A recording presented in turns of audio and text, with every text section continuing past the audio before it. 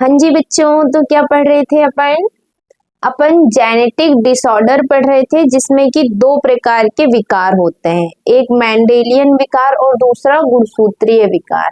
यदि आपने पिछली वीडियो नहीं देखी हो तो जल्दी से देख लो, या तो इसके बाद देख लीजिएगा, है ना। क्या पढ़ रहे थे अपन? गुणसूत्रीय विकार पढ़ेंगे आज, है ना। अपन जेनेटिक डिसऑर्डर पढ़ रहे थे, जेनेटिक डिसऑर्डर्स, अनुवांशिक विकार। अनुवांशिक विकार कितने प्रकार के होते हैं? दो प्रकार के, मेंडेलियन विकार और गुणसूत्रीय विकार। ठीक है बेटा, मेंडेलियन विकार और क्या? गुणसूत्रीय विकार। मेंडेलियन विकार अपन ने पढ़ लिए थे, पिछली वीडियो में जाके देख लीजिए। क्या पढ़े थे अपन ने मेंडेलियन विकार में? रिवाइज करा देते हैं एक बार। लिंग गुणसूत्र पर आधारित होंगे और अलिंग गुणसूत्र पर आधारित होंगे। लिंग गुणसूत्र पर एक्स सहलग्न पढ़े थे, अलिंग गुणसूत्र मतलब ऑटोसोमल, है ना। ऑटोसोमल, ऑटोसोमल में अप्रभावी पढ़े थे और प्रभावी पढ़ लिए थे अपन ने। इसमें लिंग सहलग्न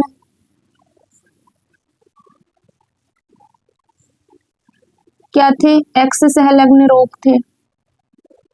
ठीक, क्या पढ़े थे?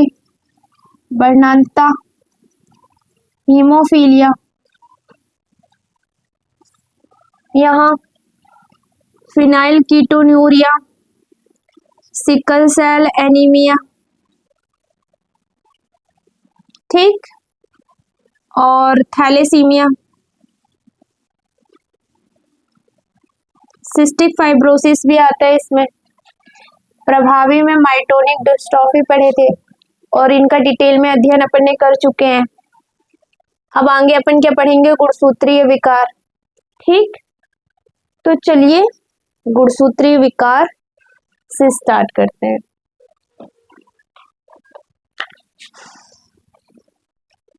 गुणसूत्रीय विकार।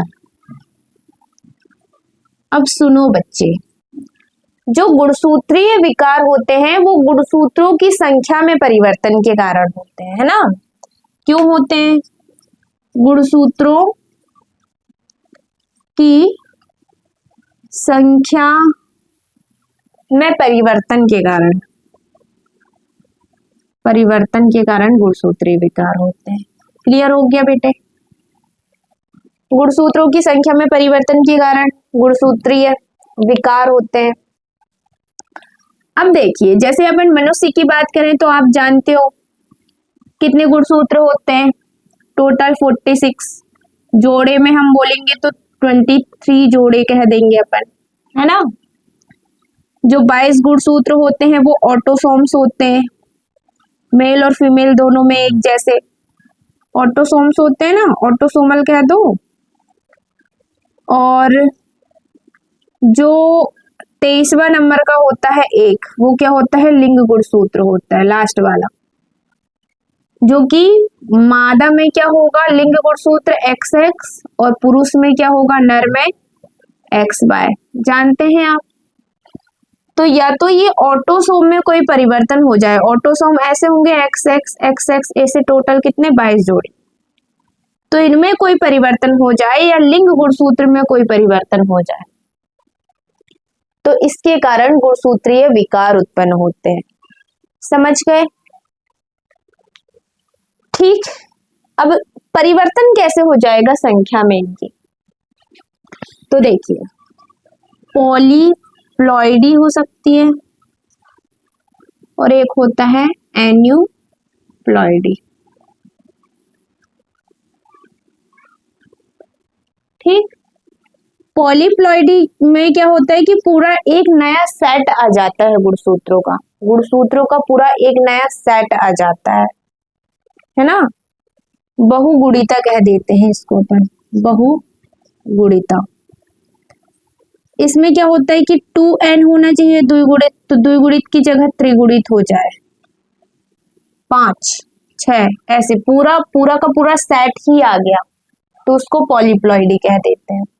ये अपन में नहीं होता, ज्यादातर ये किसमें होता है, पौधों में होता है। एन्यूप्लॉइडी होती है अपन में, तो एन्यूप्लॉइडी में क्या होता है कि एक गुणसूत्र या तो कम हो जाएगा, गुणसूत्र की संख्याओं का कम हो जाना या अधिक हो जाना एन्यूप्लॉइडी कहलाता है। एन्यूप्लॉइडी में क्या होगा कि कोशिका विभाजन के टाइम में, कोशिका विभाजन के टाइम में जो क्रोमेटिड होते हैं वो अलग ना हो पाना, उसके कारण एन्यूप्लॉइडी उत्पन्न होती है। क्यों उत्पन्न होती है? कोशिका विभाजन के समय, कोशिका विभाजन के समय क्रोमेटिड अलग ना हो पाना, इसके कारण होती है। ठीक, क्रोमेटिड अलग नहीं हो पाए तो एन्यूप्लॉइडी हो जाएगी। देखिए इसको मिटा दें क्या, पॉलीप्लॉइडी को, एन्यूप्लॉइडी ही समझना है क्योंकि अपन को पॉलीप्लॉइडी तो अपन में नहीं होती ना, पौधे में होती है। देखिए एन्यूप्लॉइडी में क्या होगा,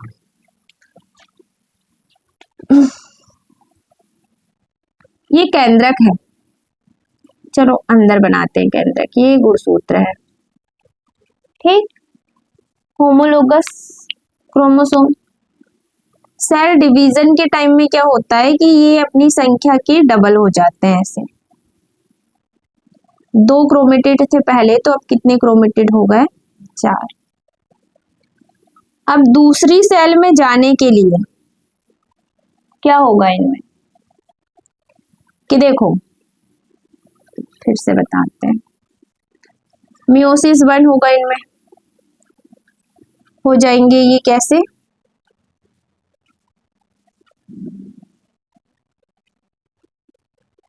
ऐसे।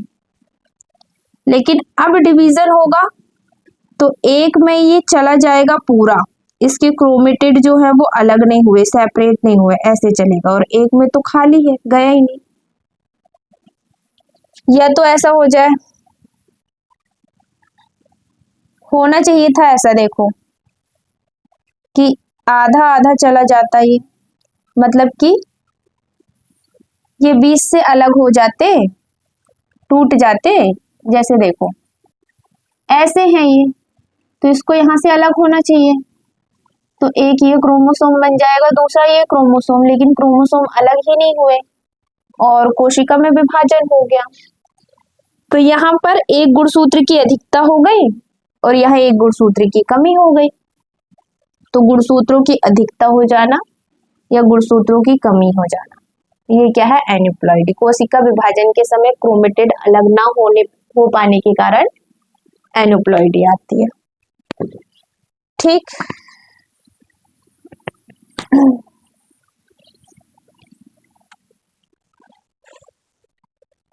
ठीक, तो इसमें अधिकता या कमी हो जाएगी।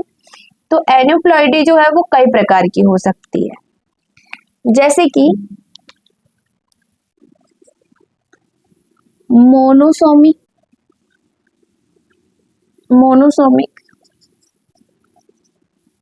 नलीसोमिक,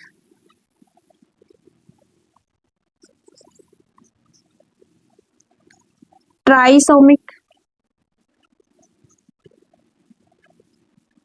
और टेट्रासोमिक।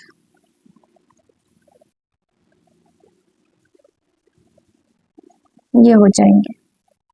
मोनोसोमिक में क्या होगा कि 46 क्रोमोसोम में एक कम हो जाए, है ना, एक कम हो जाएगा तो एक अकेला, देखो जोड़े में रहते गुणसूत्र ऐसे, लेकिन जोड़ा ना होके सिर्फ एक अकेला रह जाए तो उसको मोनोसोमिक कह दोगे। नलीसोमिक का मतलब है कि एक भी नहीं है। 46 क्रोमोसोम में अपन ने क्या करे कि 2 क्रोमोसोम घटा दिए, तो ये दोनों में से दोनों ही नहीं है, खाली जगह हो गई, नलीसोमिक। पूरा एक जोड़ा निकल गया, जोड़े में सिर्फ एक निकला तो मोनोसोमिक, दोनों निकल गए तो नलीसोमिक। ट्राइसोमिक में क्या होता है, ट्राइसोमिक में कि 46 क्रोमोसोम में एक जुड़ गया, तो जुड़ गया तो ट्राइसोमी बन जाएगा, 3 बन जाएंगे ना। देखो 46 क्रोमोसोम में कहीं एक जुड़ गया, तो ये पहले ऐसे थे, अब ये ऐसे हो गए, 3 हो गए। जैसे समझो, पहले x x ऐसा था, तो अब x x x 3 के जोड़े बन गया, तो ये ट्राइसोमी है। टेट्रासोमिक में क्या होता है कि 46 क्रोमोसोम तो होते ही हैं, 2 और आ गए, है ना, तो ये टेट्रासोमिक बन जाता है, 4 का जोड़ा हो गया। क्लियर है? ये सब एन्यूप्लॉइडी का एग्जाम्पल है। अब सुनिए, मोनोसोमिक का एग्जाम्पल क्या दिया हुआ है अपनी बुक में, कौन सा रोग होता है? यहाँ होता है टर्नर सिंड्रोम। टर्नर सिंड्रोम दिया हुआ है। ऐसा कर दो, 44 प्लस केवल 1, ठीक, तो 45 गुणसूत्र ही रह जाएंगे। ट्राइसोमिक का एग्जाम्पल भी दिया हुआ है। डाउन सिंड्रोम, डाउन सिंड्रोम, समझ गए? गुणसूत्रों की संख्या में परिवर्तन, एन्यूप्लॉइडी, कोशिका विभाजन के समय जो क्रोमेटिड होते हैं वो अलग ना हो पाना, तो अलग नहीं हो पाएंगे तो कोई एक ही सेल में चला जाएगा और एक खाली रह जाएगी। तो मोनोसोमिक, नलीसोमिक, ट्राइसोमिक, टेट्रासोमिक, समझ गए? ये यहाँ कमी हो रही, अरे प्लस क्यों लिख दिए भाई, कमी हो रही है, यहाँ कमी हो रही है यहाँ पे। तो यहाँ गुणसूत्र कितने बचेंगे, एक कम होगा तो 45। यहाँ गुणसूत्र कितने बचेंगे, एक कम हो, 2 कम हो जाएंगे तो 44। यहाँ एक ज्यादा हो गया, 47 हो जाएंगे, यहाँ 2 ज्यादा हो गए, 48 हो जाएंगे गुणसूत्र। समझ गए ना? तो कमी हो जाना या अधिकता हो जाना, ये है एन्यूप्लॉइडी। अब हम पढ़ लेते हैं कि गुणसूत्र गुणसूत्रीय विकार कौन कौन से हैं।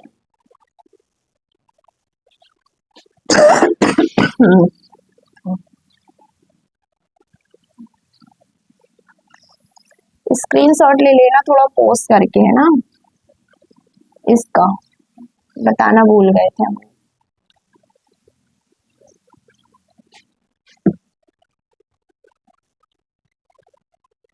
हाँ, तो बच्चों आगे देखते हैं अपन कि गुणसूत्रीय विकार जो होते हैं वो 2 प्रकार के, है ना, जो अपन को पढ़ना है। एक है ऑटोसोमल, ठीक, ऑटोसोमल का मतलब है कि जो ऑटोसोम्स के कारण होते हैं, अलिंग गुणसूत्र के कारण जो गुणसूत्रीय विकार होते हैं वो। तो ऑटोसोमल विकार कौन कौन से हैं? 2 है, ठीक, जो अपन को पढ़ना है।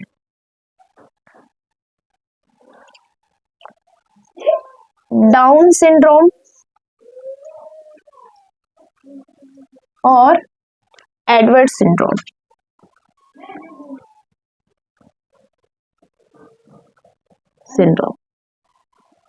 ठीक, देखिए जो डाउन सिंड्रोम है उसको दिया था लैंगडॉन डाउन ने। किसने? लैंगडॉन डाउन, 1866 में। ठीक, होता क्या है इसमें? तो बात ऐसी होती है कि जो 21वें नंबर का ऑटोसोम होता है, 21वें नंबर में 21वें गुणसूत्र में ट्राइसोमी हो जाती है। गुणसूत्र में क्या हो जाती है? यहाँ पर ट्राइसोमी हो जाती है। ट्राइसोमी समझते हो? एक एक्स्ट्रा क्रोमोसोम अचानक ट्राइसोमी होता है। जैसे देखो 21वें गुणसूत्र में ट्राइसोमी हो जाना, है ना। 46 क्रोमोसोम होते हैं प्लस एक गुणसूत्र और आ जाना, तो टोटल कितने हो जाते हैं? 47। ये होता है इसमें ऐसे एक्स एक्स करके गुणसूत्र होंगे, एक्स एक्स, तो टोटल कितने होंगे? 22। तो जो 21वें नंबर का है ना उसमें 2 के स्थान पर 3 हो जाते हैं एक्स गुणसूत्र, तो क्या हो गई है? ट्राइसोमी हो गई है। ठीक है,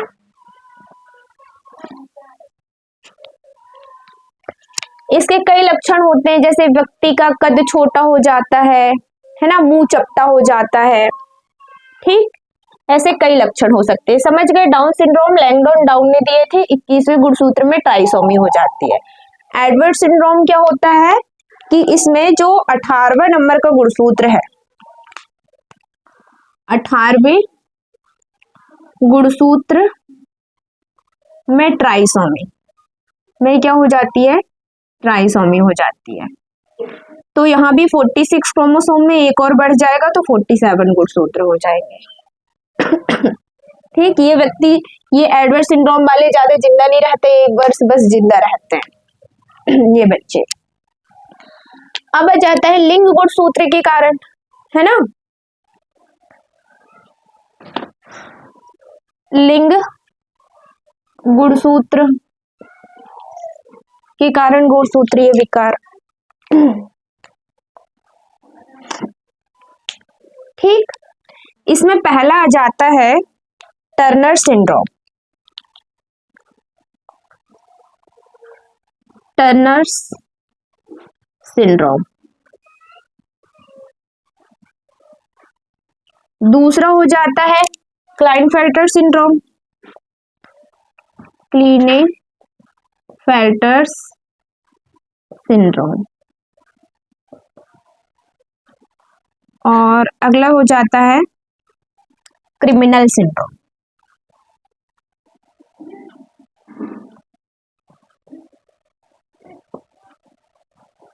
क्या हो जाता है, क्रिमिनल सिंड्रोम।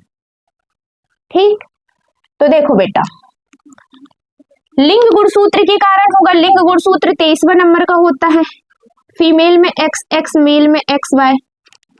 ठीक, तो देखिए टर्नर सिंड्रोम में क्या होता है, मोनोसोमी हो जाती है ना, मतलब एक गुणसूत्र की क्या हो जाती है, कमी हो जाती है। इसका मतलब ये है कि 44 ऑटोसोम्स होंगे प्लस लिंग गुणसूत्र केवल X होगा,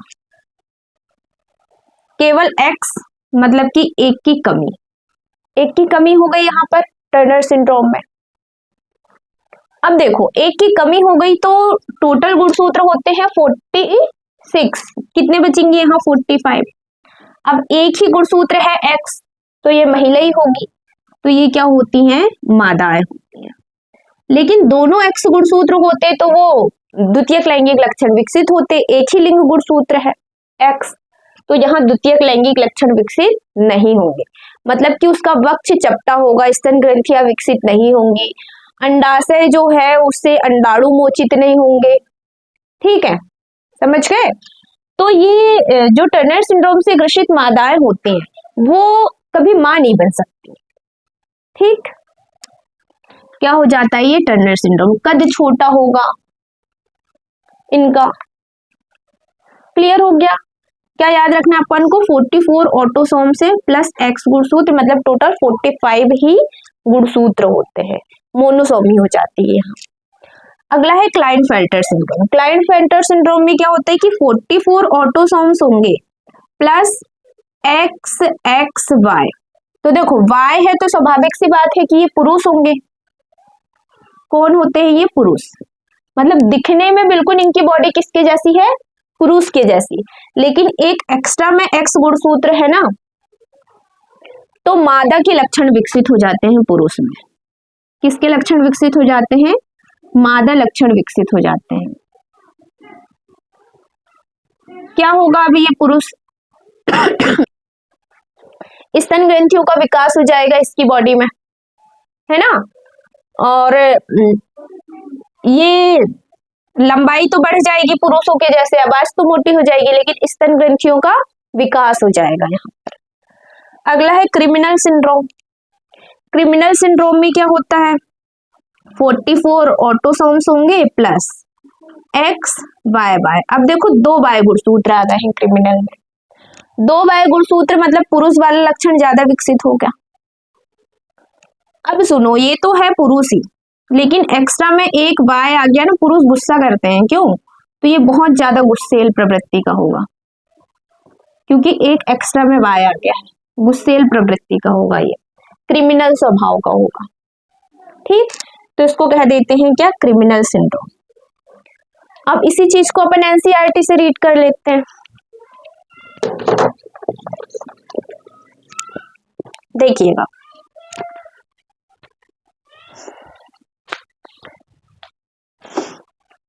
क्रोमोसोमीय विकार, एनसीईआरटी खोल लो जल्दी से, एनसीईआरटी खोल के बैठा करो, है ना, दिख रहा है ठीक। क्या है क्रोमोसोमीय विकार? दूसरी तरफ एक या अधिक क्रोमोसोम की अनुपस्थिति या अधिकता या असामान्य विन्यास क्रोमोसोमीय विकार के कारण होते हैं। तो अधिक हो जाना गुणसूत्रों का या कम हो जाना, वही क्या है, क्रोमोसोमीय विकार है। कोशिका विभाजन के समय क्रोमेटिड के विसंयोजन की अनुपस्थिति, मतलब क्रोमेटिड विसंयोजित नहीं हो पाए के कारण एक क्रोमोसोम की अधिकता हो जाएगी। अभी पढ़े थे ना अपन ने, क्या पढ़े थे, एन्यूप्लॉइडी, वही है, एक क्रोमोसोम की अधिकता या हानि हो जाती है तो एन्यूप्लॉइडी कहते हैं। जैसे 21वें गुणसूत्र की एक प्रति अधिकता से डाउन सिंड्रोम, इसी प्रकार एक एक्स गुणसूत्र की हानि से नारियों में क्या हो जाता है, टर्नर सिंड्रोम। ठीक है, एक अधिकता से डाउन सिंड्रोम, एक कमी से, देखो यहाँ पर एक अधिकता हो गई तो क्या हो गया, डाउन सिंड्रोम, यहाँ एक कमी हो गई तो टर्नर सिंड्रोम हो जाता है। इसी प्रकार एक एक्स गुणसूत्र की हानि से नारियों में टर्नर सिंड्रोम। कोशिका द्रव विभाजन ना हो सकने के कारण क्रोमोसोम का एक पूरा समुच्चय अधिक हो जाता है। पॉलीप्लॉइडी पढ़े थे अपन ने कल इसलिए निकल गया क्योंकि हमने आधी वीडियो कल रिकॉर्ड किए थे और लाइट गोल हो गई थी, फिर अभी हम इसको रिकॉर्ड कर रहे हैं इसलिए कल निकल गया। ठीक है, डाउन क्या था, पॉलीप्लॉइडी कहते हैं। यह अवस्था प्रायः पौधों में पाई जाती है। मानव में क्रोमोसोम की कुल संख्या 46 मतलब 23 जोड़े हैं। इनमें से 22 जोड़े अलिंग सूत्र होते हैं और एक जोड़ा लिंग गुणसूत्र होता है। पता है आपको 22 ऑटोसोमल 22 क्या होंगे जोड़े, ऑटोसोम्स होंगे और एक क्या होता है, सेक्स क्रोमोसोम होता है, एक जोड़ा। फिर देखिए, कभी कभी बिरले ही सही व्यक्ति में क्रोमोसोम का एक अतिरिक्त जोड़ा शामिल हो जाता है या कभी कभी एक जोड़े क्रोमोसोम की कमी हो जाती है। इस स्थिति को क्रमशः क्रोमोसोम की टेट्रासोमी या नलिसोमी कहते हैं। कमी हो गई तो नलिसोमी, अधिकता हो गई तो टेट्रासोमी। इस स्थिति के प्रभाव में व्यक्ति में गंभीर रोग हो जाते हैं। क्रोमोसोमीय विकार के उदाहरण हैं down syndrome, Turner syndrome, Klinefelter syndrome. तो देखिए बेटा, down syndrome, Turner syndrome, Klinefelter syndrome, ये तीनों जो सिंड्रोम है ना वो आपके एनसीईआरटी में दिए हैं। ये तो अपन ने थोड़ा एक्स्ट्रा में देख लिए दोनों, है ना, तो अब अपन इसको रीड कर लेते हैं। पहला क्या है, डाउन सिंड्रोम। इस अनुवांशिक विकार का कारण 21वें क्रोमोसोम की एक अतिरिक्त प्रति का आ जाना। 21वीं की त्रिसूत्रता मतलब कि ट्राइसोमी हो जाती है। इस विकार को सर्वप्रथम लैंगडम डाउन ने 1866 खोजा था। रोगी व्यक्ति छोटे कद, ये लक्षण याद रखना, अंडरलाइन कर लो, छोटे कद और छोटे गोल सिर वाले होते हैं। जीभ में खांच होती है ना, खांच होगी जीभ में। मुंह आंशिक रूप से खुला रहेगा, बंद ही नहीं होगा उनका मुंह, आंशिक रूप से खुला। चौड़ी हथेली होगी, अभिलाक्षणिक पल्प कीज होती है ना। शारीरिक, मनः और प्रेरक, साइकोमोटर और मानसिक विकास अवरुद्ध होगा। देखो यहाँ डाउन सिंड्रोम की एक बच्चे का फोटो दिया हुआ है, दिख रहा है? नहीं दिखता होगा तो खुद की बुक में देख लो। सिर का चपटा पिछला भाग, अंगुलियों के सिरों पर अनेक लूप हैं, हथेली में क्रीज है, चौड़ा चपटा चेहरा है, बड़ी झुर्रीदार जीभ है और जन्मजात हृदय रोग होता है। क्या है ये? निरूपक चित्र में डाउन सिंड्रोम का रोगी तथा उस व्यक्ति के तद्रूप क्रोमोसोम दर्शाए गए हैं। यहाँ पर क्रोमोसोम्स दर्शाए गए हैं।